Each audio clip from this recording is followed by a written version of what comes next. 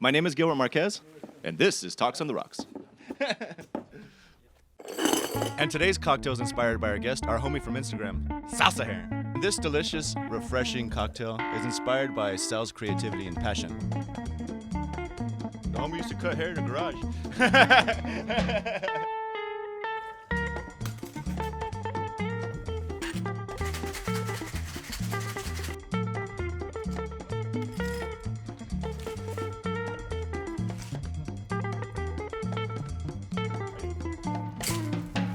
And to garnish this refreshing cocktail, we're using some of the tools of Sal's trade. Ubicas los scissors? And to finish it off, a side of salsa. Cheers!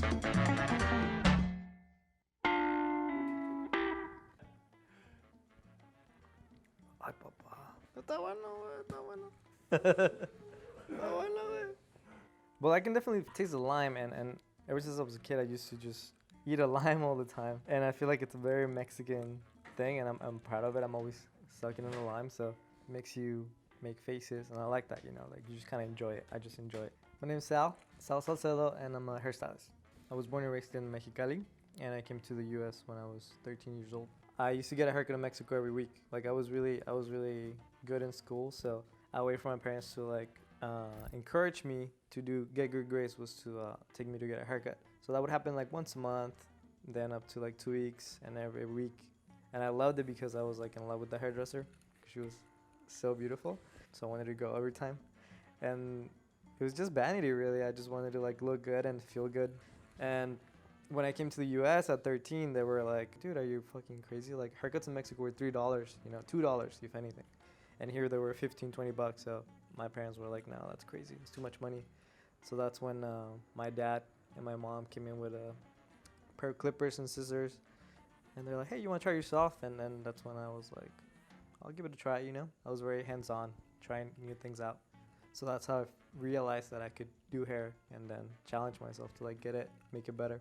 I started fading my hair and then taking it higher up to like, it was pretty much like like a mohawk, man. It was so short and so tight, but I did it. So after messing my hair up so many times, I would go to school, you know, and people would ask, like, what happened to your hair kind of thing. So that was pretty much what encouraged me to get better. So every week, I'm not kidding, for every week from when I was 13 up to 16, 17, I would cut my hair. And every time I was getting better. And then all the kids at high school would ask me, like, hey, who did your hair, man? I would tell them, like, oh, me. So they would bribe me with money so that I could cut their hair. They would just pay me $5-10 up to when I was like getting really picky up to how much I would charge them. So like, oh, $15-20, man, if you really want it. I started getting like a line, man, at my house from like 2-3 days a week up to 5 days a week. I pretty much had a job. I would come from school to home, and then when that happened, when I was really busy at my garage, I was probably 17, 18. I was charging like $15 per haircut, and I had about 10-15 kids at my house lined up. I would come from school like about 3, get home at 4, and I would be cutting hair up to like 10 p.m. every day. And I was just making money, and it was cool, you know. I was talking to the kids. It was, for me, it never looked like work. It was just like an easy way to like hang out with people.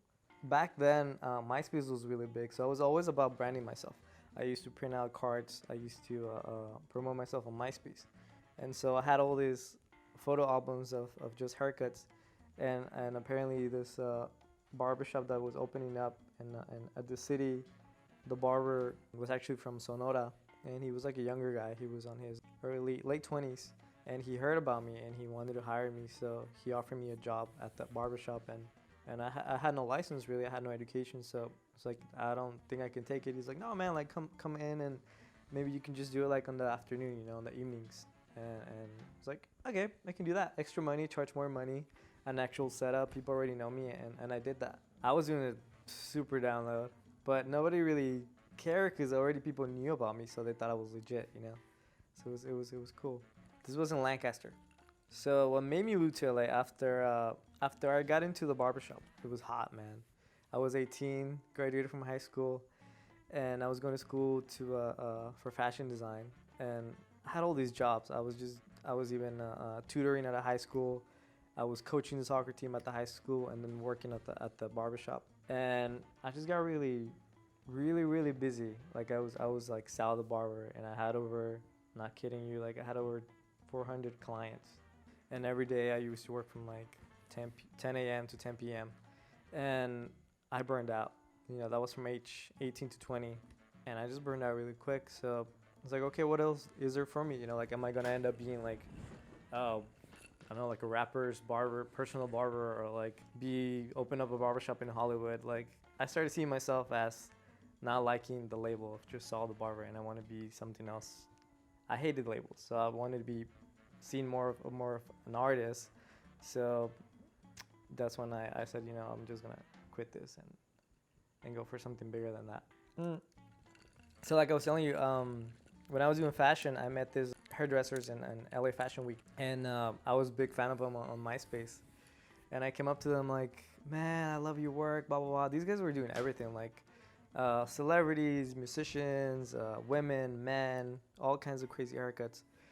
And I just admire them, you know, like I saw myself working where they were at. So I didn't know how to get there because all I knew was a barbershop and me working in my garage. So I asked them what it would take for me to work for them.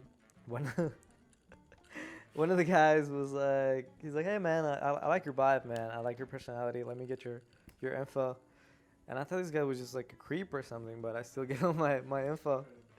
And then maybe up to 2 weeks later, he calls me up and he's like, hey man, I'm actually working a salon in Beverly Hills. He's like, would you like to come up and check it out? I still didn't know what he was trying to say, but I checked it out. And I met I met the owners from the salon, and they were pretty much doing after hours creative work. This was Salon Kush in Beverly Hills. Still there. So I would just drive from Palmdale up to Beverly Hills every Tuesday for about 3 months and just hang out with these guys. I was about 20 at the time, and all these guys were 30, 40 years old and loving what they did. And I didn't know what they were doing really because I never went to school for it, but I was just so inspired, and the whole realizing that there was more than just hair, you know? You could relate with people that were creative and have little projects more than just hair. And that's when I quit the salon. I quit the barbershop, and I moved to LA. Meeting the guy pretty much was what got me excited. His name was Anton David. He was like a big hippie. I kind of look like him now when I met him. He had this curly fro hair and this full beard, and he was kind of like like an angel that showed up in my life. You know, like I don't even know where he's at anymore, but he would take me with him to do photo shoots and different, like we did a few films together. We did a few runway shows together, and I would just help him out with hair. After that, I was just so inspired, and I wanted a different life, you know. As I was helping him out, assisting him, I signed up for a hair school. And people would tell me, like, why are you going to school if you already know what you're doing? But the reality is I never went to school, so I just wanted to do it just to make sure karma didn't get me back for it. And I signed up for a hair school, 20 guy. I busted my ass off for 10 months. After graduating that, I got a bunch of, you know, I really work hard there. I got a bunch of awards and recommendation letters. And my whole deal was to, like, you know what, I'm not going to bust my ass off for 12 hours a day. Like, I want to do hair with the top people that are running the game, top people that are creating new hairstyles. And a year after graduating from hair school, I worked at another salon, big salon in LA. I was not inspired. I had to keep myself inspired through my own ways. I heard about Ramirez Tran, you know, what they had going on and how they were creating new hairstyles, and I wanted that. They were so hungry for it, and they were so determined to change the hair game, and I wanted that.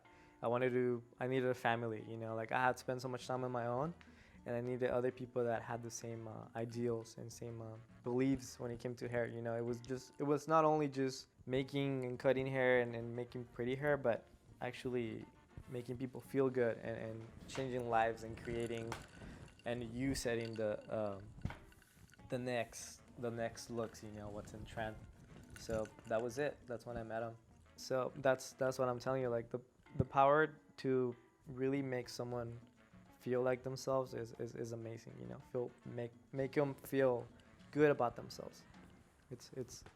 I live for that. It's awesome.